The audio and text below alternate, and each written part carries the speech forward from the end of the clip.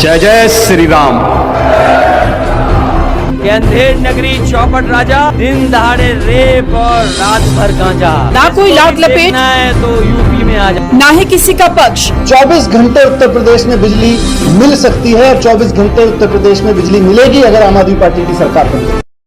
अब हक लिया जाएगा। यूपी विधानसभा चुनाव में सीधे सुनिए जनता। 2022 में किसके सर बनेगा ताज, जनता किसको देगी अपना प्यार, ये जानने के लिए देखते रहे यूपी 24 लगातार। नमस्कार, स्वागत है आप सभी का यूपी 24 के खास कार्यक्रम खूब हुई वादों की बौछार, अब की बार किसकी सरकार। सीधे तौर पर जनपद फिरोजाबाद के विभिन्न दलों के जनप्रतिनिधियों से, यानी कि सीधे तौर पर विभिन्न दलों के स्पोक पर्सन से हम जानेंगे कि जनपद फिरोजाबाद में पिछले 5 साल के कार्यकाल में कितना हुआ विकास और कितना काम हुआ, और वास्तविकता में फिरोजाबाद की जनता को जो विकास, जिस तरीके से सरकार की जो मंशा थी उनके अनुरूप विकास उन तक पहुंचा है या नहीं पहुंचा। सीधे तौर पर आज हमारे साथ पैनलिस्ट बैठे हैं। समाजवादी पार्टी से महानगर अध्यक्ष योगेश गर्ग जी इस पूरे बहस का हिस्सा है। कांग्रेस पार्टी से एआईसीसी सदस्य धर्म सिंह यादव जी, एडवोकेट धर्म सिंह यादव जी हमारे साथ इस पूरी बहस में जुड़ेंगे, और हमारे साथ विश्लेषक के तौर पर सार्थक कौशिक हमारे पत्रकार साथी हमारे साथ जुड़ेंगे, और भारतीय जनता पार्टी के जिला उपाध्यक्ष ठाकुर उदय प्रताप सिंह हमारे साथ जुड़ेंगे। तो सीधे तौर पर सभी मेहमानों का स्वागत करता हूं, और सबसे पहले शुरुआत करना चाहूंगा योगेश जी आपसे। क्या लगता है पिछले 5 साल में सरकार का जो दावा था, जो वादा था, सबका साथ, सबका विकास और सबका विश्वास, किस हद तक जनता तक पहुंचा? देखिए, आगामी 1.5 महीने बाद उत्तर प्रदेश के अंदर चुनाव है, विधानसभा चुनाव है। भारतीय जनता पार्टी पिछले 4.5 सालों में जो काम किए विकास के, उस विकास के काम पर कहीं पे भी वोट नहीं मांग रही है। धर्म के नाम पर एससी को बीसी से लड़ाकर, बीसी को हाई कास्ट से लड़ाकर, इस तरह से बेमनस्ता फैला के जातियों के बीच में और धर्म के आधार पर वोट मांग रही है। अगर इनने 5 साल में कोई काम किया होता, विकास के काम किए होते, तो विकास के नाम पर वोट मांगती। मतलब विकास नहीं कराया, केवल धर्म के नाम पर राजनीति हो रही है। जी, क्या लगता है सर, आपको क्या लगता है कांग्रेस पार्टी इस बार 22 के चुनाव में क्या मोटिव लेकर जनता के बीच में जाने वाली है, और आपको क्या लगता है कि सरकार की मंशा के अनुरूप जनपद फिरोजाबाद में कितना हुआ विकास? फिरोजाबाद जनता के नाम से करोड़ों करोड़ रुपए लाए गए। एक लंबे समय से नगर क्षेत्र का प्रतिनिधित्व भारतीय जनता पार्टी के लोगों के हाथ में रहा है जी, और करोड़ों रुपए जो आया वो पता नहीं कहाँ चला गया। चाहे सीमेंट ट्रीटमेंट प्लांट में गया हो, चाहे सड़कों में गया हो, कहीं भी ये नहीं लगता कि वो पैसा शहर के अंदर लगा। सिर्फ वो पट्टियाकरण और गोला फूंकना और भावरी करना, इसके अलावा कुछ नहीं दिखता। और कंपटीशन इस बात का भारतीय जनता पार्टी के लोगों में, चाहे मेयर हो चाहे विधायक हो, और ऐसा कंपटीशन करते हैं कि जो राष्ट्रीय योजना है, जो प्रस्ताव राजभवन के टाइम थे, उसका भी लोकार्पण सांसद को करने का अवसर भी नहीं दे रहे जी, और विधायक जी खुद कर रहे हैं। तो समझ नहीं आ रहा कि यहाँ पे विधायक के ऊपर है या सांसद ऊपर है या भाजपा के कार्यकर्ता की कोई अहमियत है। ये लगता है कि यहाँ पर सीवर ट्रीटमेंट प्लांट के नाम पर पहले खाया गया, अब भी खाया जा रहा है। अभी 38 करोड़ का मैंने अखबार में छपा था, विधायक जी ने कहा कि सीवर लाइन को सफाई करने के लिए 38 करोड़ का खर्चा के लिए पैसा मिला है जी। तो जब सीवर लाइन चली नहीं जी, तो 38 करोड़ किस बात की सफाई हुई? मैं समझ रहा हूँ कि सीवर की सफाई तो नहीं हुई, बल्कि धन की सफाई हुई, और सारा का पूरा सारा डकार गए। यहाँ तक एक मुकदमा भी 2.5 करोड़ का नगर निगम के माध्यम से लिखा गया है।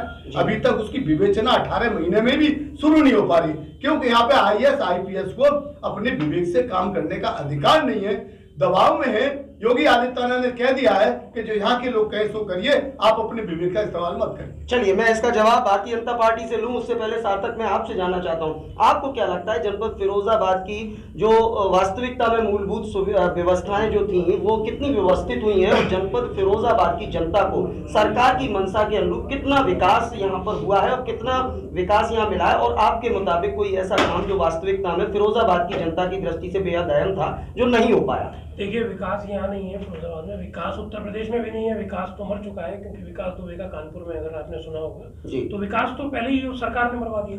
ठीक है, तो दूसरी चीज सबसे बड़ा बात यह है कि अगर आपने कोविड से लेकर अगर अभी तक बीच में देखेंगे, ठीक है, तो रिसेंटली डेंगू चला था, डेंगू वायरल चला था, जिसपे लखनऊ से टीम आई थी स्वास्थ्य विभाग की। अगर विकास की अगर आप लेके चल रहे हैं, ठीक है। लखनऊ से टीम आई थी और स्वयं उससे पहले मुख्यमंत्री योगी आदित्यनाथ फिर खुद स्वयं आए थे जब डेंगू फैल रहा था। कार्यवाही किस पर होनी चाहिए तो हुई, और हुई किस पर, ठीक है।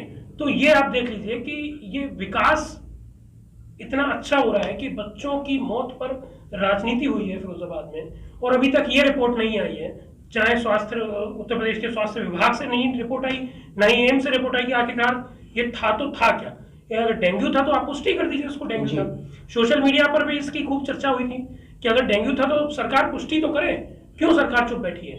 रहा विकास का, देखिए सड़कों पे गड्ढा है, 2017 से नारा था गड्ढा मुक्त सड़क, जबकि गड्ढा युक्त सड़क हो चुकी है। 2017 से लेकर 2021 आ गई, 2022 में फिर चुनाव है, वादे फिर किए जाएंगे, फिर लोगों को पोटली में से एक नया पिटारा निकाला जाएगा, फिर लोगों के साथ धोखा दिया जाएगा, फिर धर्म के नाम पर फिर राजनीति की जाएगी। अगर यही धर्म के नाम पर राजनीति नहीं करनी, अगर आप नहीं करते हैं तो आप एक काम कीजिए ना, 2019 में आपने एनआरसी कैप का भाई नियम लागू किया था, तो आप मतलब नियम आप पास किया था तो आप उसको लागू करवा दीजिए। चलिए जवाब ले लेते हैं। क्या लगता है उदय जी, आपने कांग्रेस पार्टी को सुना, समाजवादी पार्टी को सुना, आपने पत्रकार साथी को सुना, सीधे तौर पर तमाम आरोपों की झड़ी है कि विकास नहीं हुआ, गड्ढा युक्त सड़कें हैं, और तमाम जो बातें आपने सुनी हैं, क्या कहना चाहेंगे अब आप?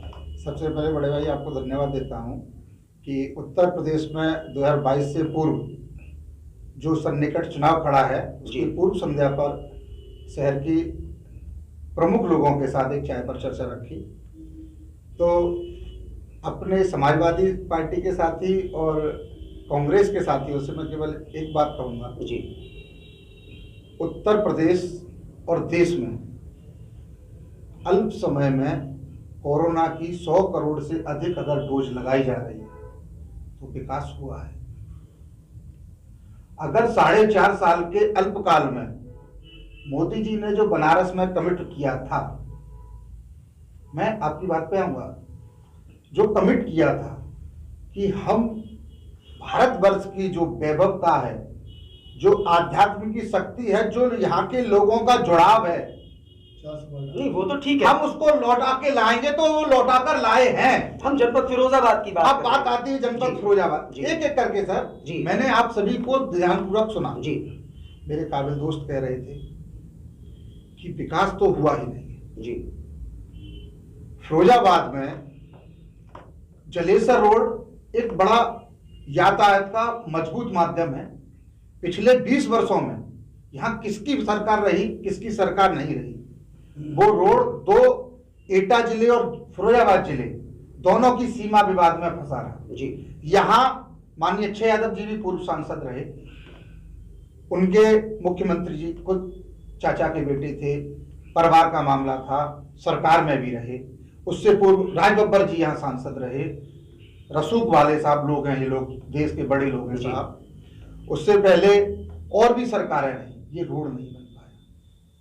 भाजपा की सरकार ने वो 20 किलोमीटर 25.5 किलोमीटर का रोड बनाया।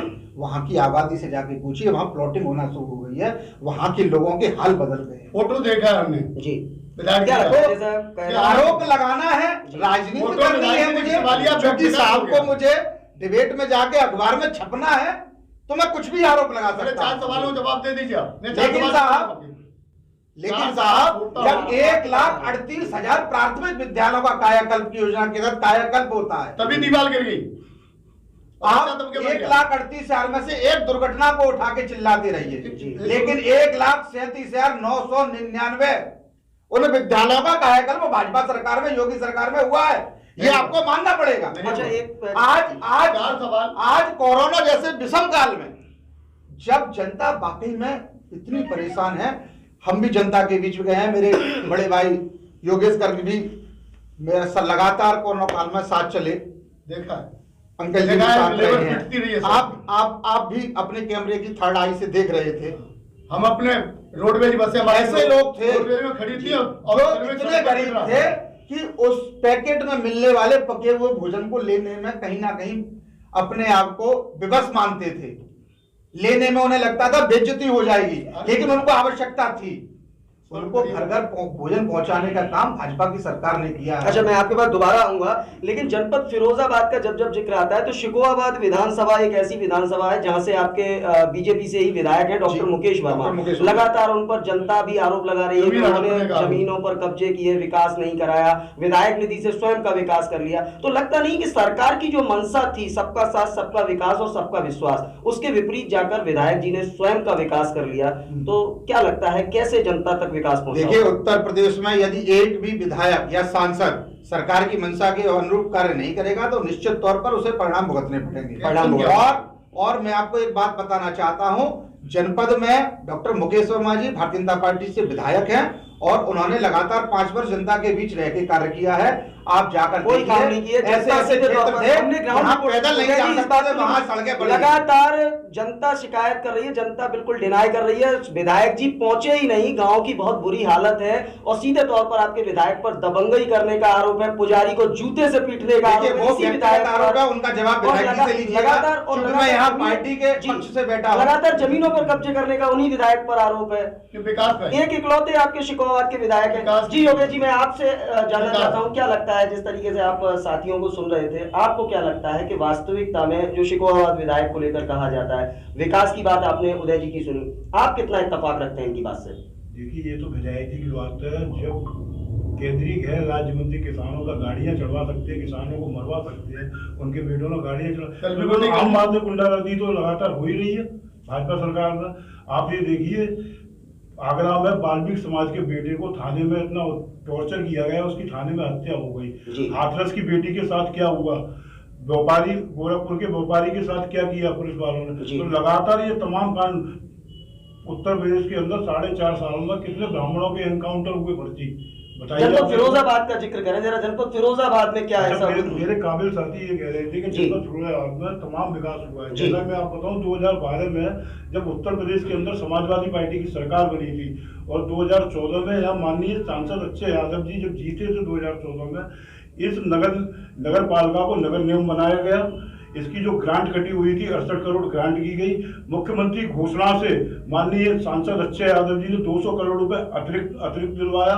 एक बहुत बड़ी परेशानी थी फिरोजाबाद शहर की कि लोग रात भर जागकर पानी के लिए बाल्टियां लेके गली मोहल्ले घूमते थे, पेयजल की।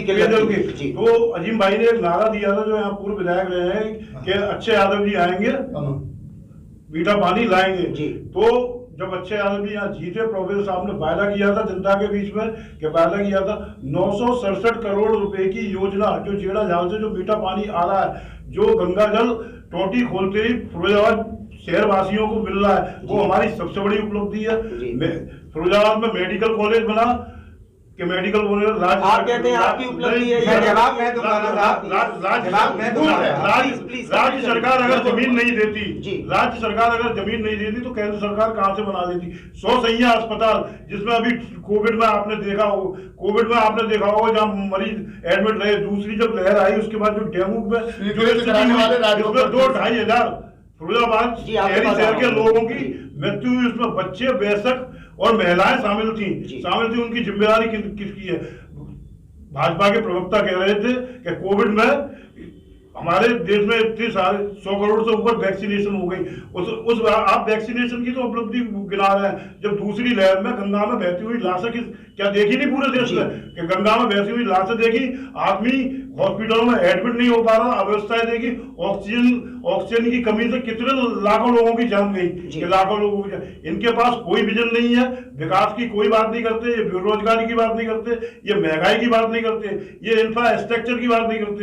इनके जो घोषणा पत्र में था 2017 में कि छात्रों को हम लैपटॉप देंगे और 1 GB डाटा देंगे। जब 4.5 साल हो गए, 1 महीना चुनाव को शेष है, तब अभी मैं परसों अखबार में पढ़ रहा था कि बच्चों को, छात्रों को लैपटॉप दिए जाएंगे। ये लैपटॉप दिया, समाजवादी लोगों ने छात्रों को लैपटॉप दिए, कन्या विद्याधन योजना दी, कि कन्या विद्याधन योजना दी। बेरोजगार को जब नौकरी नहीं दे पाए तो बेरोजगारी भत्ता दिया, कि बेरोजगारी भत्ता दिया।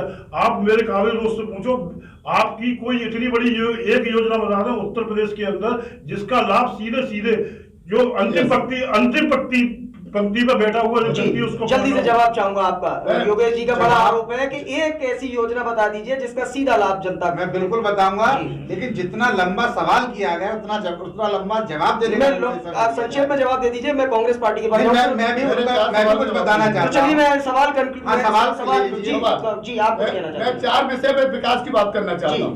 शिक्षा, स्वास्थ्य और सड़क और सिंचाई। 1989 से आपके तहसील टूंडला और तहसील फिरोजाबाद के अंदर 89 से कौन सी सरकार ऐसी है जिसने नहर का पानी सिंचाई के लिए दिया हो? अब मुझे समय दीजिए बोलने का। एक बिल्कुल आपका में इनसे भी सवाल है। अच्छा, मैं दोनों की तरफ जी, दोनों को अभी कहा गया कि डेढ़ा झाल से पानी लाएंगे। जी। हमारे फिरोजाबाद माइनर का 2 से 8 क्यूसेक जल का कोटा है। क्या आवश्यकता थी जेड़ा झाल से पानी के लिए परियोजना बनाने की? जी। और उसके बाद भी वही स्थिति है। सुन लीजिए पहले, सिंचाई विभाग के 3 माइनर हैं, इलेक्ट्रा माइनर, बरहन माइनर और फिरोजाबाद माइनर। इन सब के लिए एक समानांतर शाखा बनाई थी एनडी तिवारी जी ने, उसको आज तक चालू नहीं कराया गया। कोई भी सरकार सिंचाई पर गंभीरता से नहीं रही। इसका कारण है कि इटारी क्षेत्र पर्याय क्षेत्र में भी खारी पानी हो गया। दूसरा सवाल है सड़कों का। सड़कों में देख लीजिए, सड़कें इतनी बदहाल स्थिति मैंने देखी कि जहाँ पे आपका हाथवंत है, आपने भी कई बार छापा है, 1.5 फुट पानी हो जाता है और उस पानी को निकालने के लिए वहां के प्रधान ने, वहां के विधायक के कहने पर उन ब्राह्मणों के खेतों में पानी डलवाया गया जिनके 2 ब्राह्मण हत्या की गई थी वहां पर, जिसमें से एक इनके मंडल अध्यक्ष भी थे। उनको उनके घर को लौट के देखा नहीं, नया शर्मा के टाइम की बात है। और यही हाल है जसराना पे रोड का, यही हाल है मुस्तफाबाद का, पीडब्ल्यूडी की सड़क। जवाब ले लें? 1 मिनट। और फिर आता है आपका स्वास्थ्य। आपके जिले के अंदर 169 डॉक्टर की आवश्यकता है, आपके पास 67 डॉक्टर हैं और फिर भी स्वास्थ्य विभाग की अच्छी बात करते हो। ऑन रिकॉर्ड है, आई चैलेंज इट कि 100 आपके अस्पताल में डॉक्टर नहीं है, तो ये क्या कारण है कि आप स्वास्थ्य कैसे सही करेंगे? शिक्षा का आप देख रहे हैं, शिक्षा का तो इतना बुरा हाल है कि डिग्रियां बिक रही हैं, आपके जमाने में बिक रही है। कोई सरकार हो, डिग्रियां बेचने की यूनिवर्सिटी खुलवा दी आपने, उनको भी नहीं रोक पा रहे आप। आपका कहां स्थान है? आपके अस्पताल पे हमने मुझे जवाब ले लूं? अपनी बात जिला अस्पताल मेडिकल हॉस्पिटल ये किसकी देन है दोनों इकट्ठा करने के? दोनों सरकारों का। सपा सरकार के पत्र के माध्यम से जिला मेडिकल कॉलेज जिला अस्पताल में स्थापित किया गया। उसके बाद स्वशासी संस्था बना करके उसमें प्राइवेट। अच्छा, तो साहब राज जी का कोई रोल है? बताइए, वो भी बता रहा हूँ। राज बब्बर के प्रस्ताव पर 2 प्रस्ताव थे, 2 स्वीकृत हुए थे। एक इसका राज्य बीमा निगम का अस्पताल और एक मेडिकल के। दोनों समाजवादी पार्टी सुन लीजिए, दोनों पे कह रहा हूँ। और उस समय चूंकि वो राज बब्बर का प्रस्ताव था, समाजवादी पार्टी ने उस समय जमीन देने में कोताही बरती थी। आप सुन लीजिए, मैं बताऊं। और जो आप कह रहे हैं सड़कों की, तो बाईपास जो आपका चल रहा है ना, फिरोजाबाद बाईपास, वो राज बब्बर की देन है, उन्हीं के प्रस्ताव से हुआ था। आपके जितने पुल हैं, जिनका उदाहरण मुलायम सिंह जवाब दे रहे हैं, 20 सेकंड जल्दी कंप्लीट। मैं 20 सेकंड अपने कांग्रेस के प्रवक्ता का जवाब देना चाहता हूं, जो उन्होंने कहा कि जेड़ा झाल से इतनी दूर से पानी लाने की क्या आवश्यकता थी, नहर से पानी क्यों नहीं लिया? 2007 में 2007 में जब यहाँ इंजीनियरों को बुलाया गया था, सिंचाई विभाग के इंजीनियरों को, तो नहर का सर्वे कराया गया था। वो पानी प्यूरिफायर होने के बाद भी पीने योग्य पानी नहीं था। इसलिए जेड़ा झाल से शायद आपकी जानकारी में नहीं है वो सारी चीजें उनको जान। और मैं आज फिर कह रहा हूँ, ये जो इतनी बड़ी योजना है जो जेड़ा झाल, मुझे इस बात को कहने में बिल्कुल भी संकोच नहीं है आपके चैनल के माध्यम से। इस बात को मैं दावे के साथ कह रहा हूँ, अगर यहाँ अच्छे यादव जी लोकसभा के सांसद नहीं होते तो इतने एक जिले को इतने 1000 करोड़ की योजना नहीं मिलती और लोग पलायन कर जाते। पानी के बिना लोग यहाँ से पलायन करने को मजबूर होते हैं। वो गांधीनगर हो, बोधासर हो, तिलक नगर हो, सरस्वती नगर हो, गणेश नगर हो, आप ये देखिए जो पॉस एरिया है, जो शहर के पॉस एरिया, या रात भर महिला एक दूसरे के घरों की छतों पर पानी आया कि नहीं आया? पानी आया कि नहीं आया? हमने विकास आपके सवालों में जवाब ले। उदय जी क्या लगता है? देखिए बड़े भाई, अब जवाब मैं दूंगा जी, प्लीज। सबसे पहली बात बड़ी निकल के आई, जेड़ा झाल जी। निश्चित तौर पर जेड़ा झाल ने फिरोजाबाद की जनता को यहाँ से बाहर जाने से रोका है जी, इसमें कोई संदेह नहीं है। ये इस बात को उन्होंने स्वीकार किया। ये मेरी लेट में कंप्लीट जी। लेकिन इस परियोजना को लाने का श्रेय पूर्व सांसद माननीय अक्षय यादव जी को जाता है। जी, बहुत बहुत धन्यवाद इसके लिए। उनके माध्यम से, चूंकि वो यहाँ प्रत्याशी थे, जी, बनने वाले थे, इलेक्शन लड़ने वाले थे, भाजपा के लोगों ने स्वीकार तो किया। इस चीज के सापेक्ष उन्होंने यहाँ की जनता को लुभाने के लिए वो बड़ी योजना यहाँ लाई, जो जनता की लुभाना नहीं था, जरूरत थी। करोड़ों करोड़ रुपए बर्बाद मुझे क्या बोल रहे हैं? आप जवाब सुनना नहीं चाहते, सवाल भी आपके थे, जवाब तो मेरा ले लीजिए। जल्दी जल्दी कंप्लीट कीजिए। नहीं, इन दोनों ने बहुत समय लिया था। Please please please. Akshay Yadav ji यहाँ योजना लाए जी, योजना को लाने के बाद हजारों करोड़ रुपए उस योजना के लिए आवंटित हुए जी, उस धन का बंतर बांट यहाँ नगर, क्योंकि यहाँ नगर पालिका कार्यरत थी जी, नगर पालिका को नगर निगम बनाया गया। फर्रुखाबाद, मैनपुरी, इटावा यहाँ के कुछ बड़े बड़े ठेकेदार रातों रात यहाँ आए, उस बड़ी योजना को उन्होंने हाईजैक किया। यहाँ जीड़ा जाल के माध्यम से जो पाइपलाइन पड़ी है वो एक इटावा के ठेकेदार की है, मैं नगर निगम में नॉमिनेट पार्षद हूँ जी। उस लाइन की अगर आपको हकीकत बताऊंगा जमीनी, आप कभी करौली मंदिर जाते होंगे और करौली मंदिर से माता वाले में वो हनुमान रोड की तरफ निकलेंगे तो 100-150 मीटर का टुकड़ा है जी। वो टुकड़ा उस पाइपलाइन की वजह से आज तक शायद 10,000 से ज्यादा बार पंक्चर हो चुका है। तो क्या लगता है सरकार मेरी बात सुनिए, नगर योजना लाई है, पैसे खा गए इनके ठेकेदार, उसके बाद बनी भाजपा सरकार, तब आए मनीष सिसोदिया, उनने 4.5 साल में जीड़ा जाल को कंप्लीट करा के यहाँ डाला, यहाँ का पानी जनता तक पहुँचाया। उनकी बात सुनिए, आप सुनिए बाबूजी, धैर्य रखिए, आपको सुनना पड़ेगा। 70 साल जनता ने आपको झेला है, तो 70 दिन औरों को भी समय दीजिए। 7 साल में सब बर्बाद कर दिया। उसके बाद आते हैं आपके ट्रामा सेंटर पे, इनके medical college ji.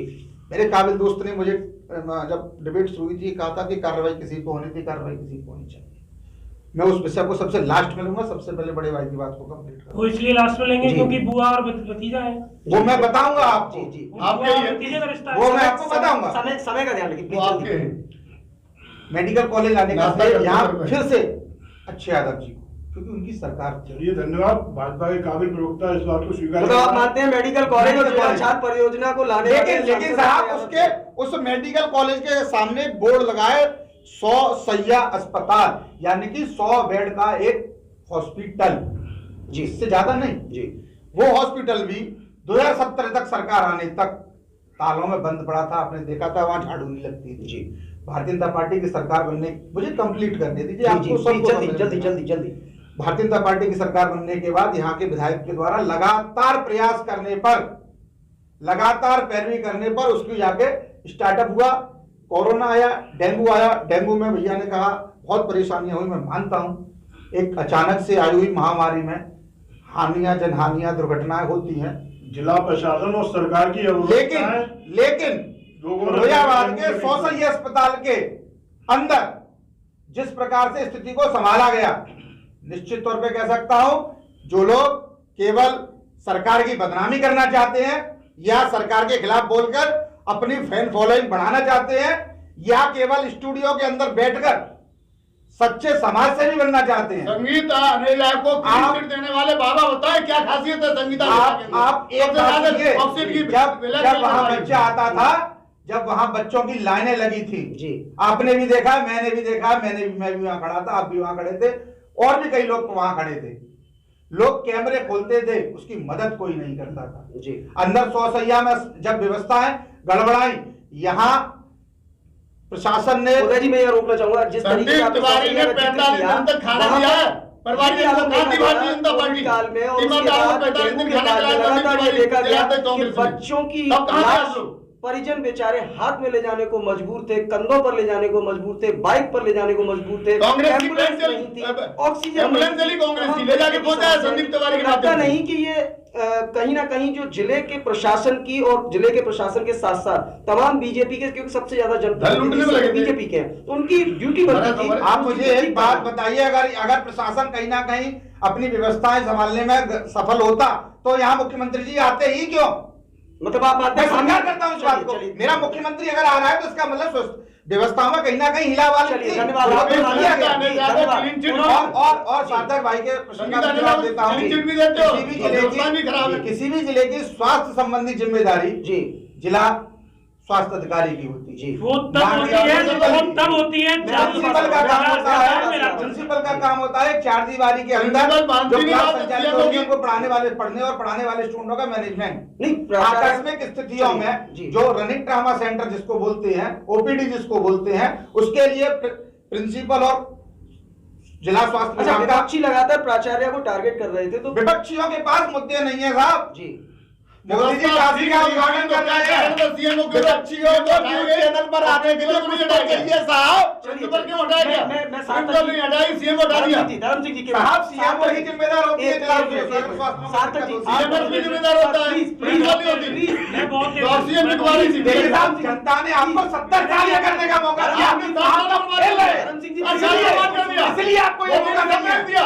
Please Modi ने सफेद दिया 70 साल का बिना। तो बीजेपी के प्रवक्ता की बात आपने सुनी, तो क्या लगता है आपके मुताबिक सही विश्लेषण जनपद फिरोजाबाद के लिए जो वास्तविकता में होना चाहिए था कितना हुआ आपके हिसाब से? क्या देखिए, लगता है? सबसे पहली बात मैं पॉइंट वहां से उठाना चाहूंगा। शुरुआत प्लीज जल्दी भाई साहब कंप्लीट ने कीजिएगा, शुरुआत से क्योंकि बोला समय था, कम है, जल्दी बड़े भाई ने कंप्लीट शुरुआत से ही बोला था कि जी, 100 करोड़ वैक्सीनेशन हुआ। जी। आप उन करोड़ों को कहां गिनेंगे जिनके वैक्सीनेशन तो लगी नहीं पर सर्टिफिकेट उनके मोबाइल में आ गया? उसका उदाहरण एक यहाँ खुद मैं बैठा, जी ठीक है।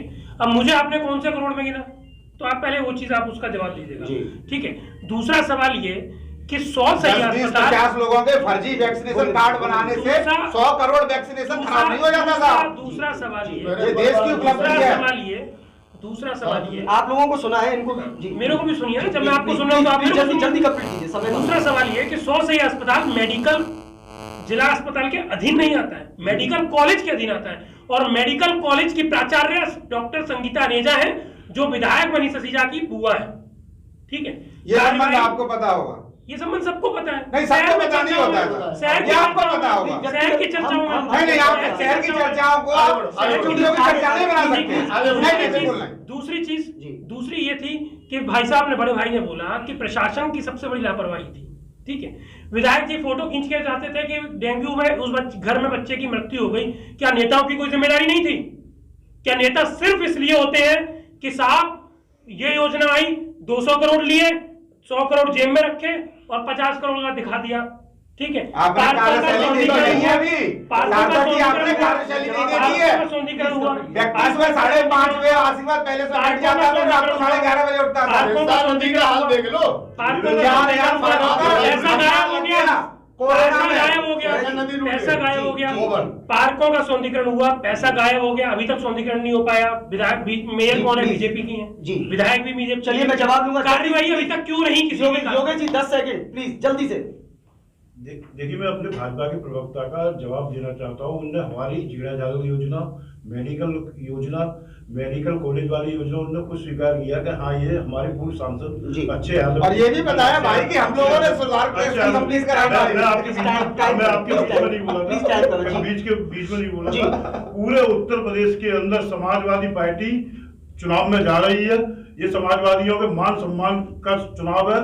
और 2012 से 17 के बीच में माननीय राष्ट्रीय अध्यक्ष जी ने उत्तर प्रदेश के अंदर जो विकास कार्य किए थे, उन विकास कार्यों को आधार वन में बनाकर हम चुनाव में जा रहे हैं। भाजपा के लोगों के पास पाकिस्तान, हिंदुस्तान, हिंदू मुसलमान, शमशान, कब्रिस्तान, इनके अलावा कोई मुद्दे नहीं है कि कोई मुद्दे नहीं है। हम लोग गरीब, बेरोजगारी, महिला सुरक्षा, व्यापारी सुरक्षा, इन सारी चीजों को लेकर चुनाव में किए हुए कामों को लेकर। धर्म सिंह जी 10 सेकंड। भाजपा की पटकथा जो है माननीय नेताजी के घर में बैठ करके सपा भाजपा तय करती है और सड़क पर एक दूसरे को आरोपित करती है। संघर्ष में अगर कोई है तो सिर्फ प्रियंका गांधी और कांग्रेस के अलावा कोई नहीं है। इसलिए कांग्रेस अपने मुद्दों के आधार पर, संघर्ष के आधार पर और विकास के नाम पर और महंगाई के नाम पर कांग्रेस जो है चुनाव में आ रही है। 10 सेकंड सार्थक, जल्दी से कंप्लीट।